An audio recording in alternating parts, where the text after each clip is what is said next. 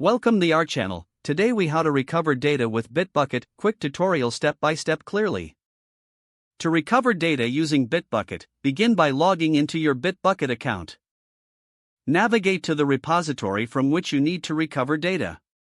Once in the repository, click on the Commits option in the left sidebar. This will display a list of all commits made to the repository. Scroll through the commit history to locate the specific commit you want to recover from. Click on the commit message to view the details of that commit. On the commit details page, you will see a list of changed files. Identify the file that contains the data you want to recover. To retrieve a previous version of the file, click on its name.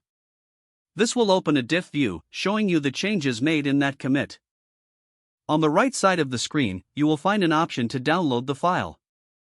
Click the download option to save the file to your local machine.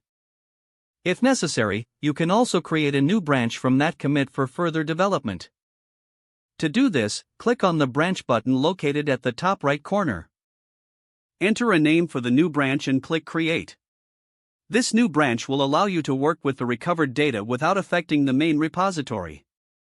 Once your branch is created, you can make any modifications needed.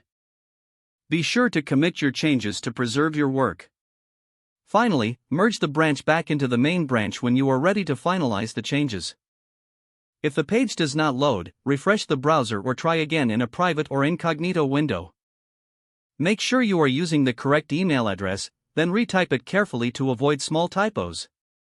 If your password is not accepted, use the reset option and create a new strong password you can remember.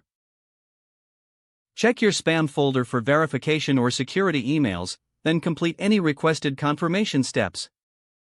Enable two-factor authentication if available to improve account security and reduce unauthorized access risk.